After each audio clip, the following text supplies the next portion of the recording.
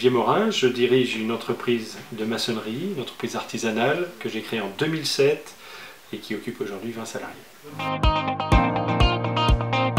Je ne conçois pas faire mon métier sans m'intéresser à l'intérêt général de la profession et plus largement de l'artisanat. C'est pourquoi j'ai décidé de porter la liste Fier d'être artisan et de mener tous les candidats à l'élection des chambres de métiers de 2016. Fier d'être artisan est une liste qui porte de belles valeurs et elle s'articule autour de 6 axes qui animeront notre campagne. Tous les artisans doivent être représentés à la chambre de métiers de l'artisanat. On ne peut plus tolérer que l'UPA seul se prévale de les représenter. Les métiers sont divers, il en existe 256 à la chambre de métiers et tous méritent d'être représentés.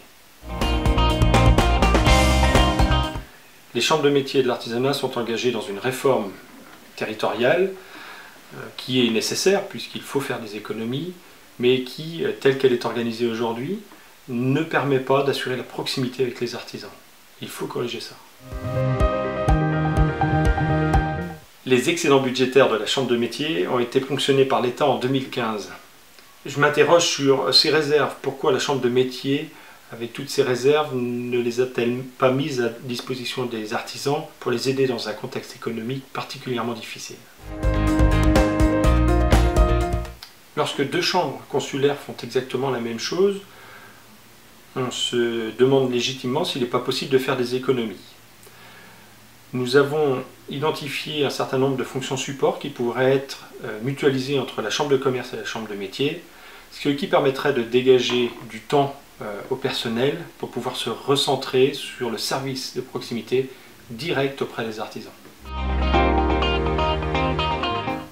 Les collectivités territoriales développent de plus en plus de compétences économiques, alors même que leur gouvernance n'est pas faite d'entrepreneurs, et encore moins d'artisans. Il faut absolument que les chambres de métier reprennent sa place de corps intermédiaire et qu'elles représentent le secteur économique comme c'est sa vocation originale. Préparer l'avenir, c'est anticiper. La chambre de métier doit être un observatoire économique et social pour permettre aux artisans de s'adapter au mieux à leur contexte et à leur environnement économique. Préparer l'avenir, c'est aussi former les jeunes, faire en sorte qu'ils obtiennent des qualifications et qu'ils puissent trouver un emploi pérenne dans nos métiers. Préparer l'avenir, c'est aussi anticiper les départs à la retraite de nos artisans.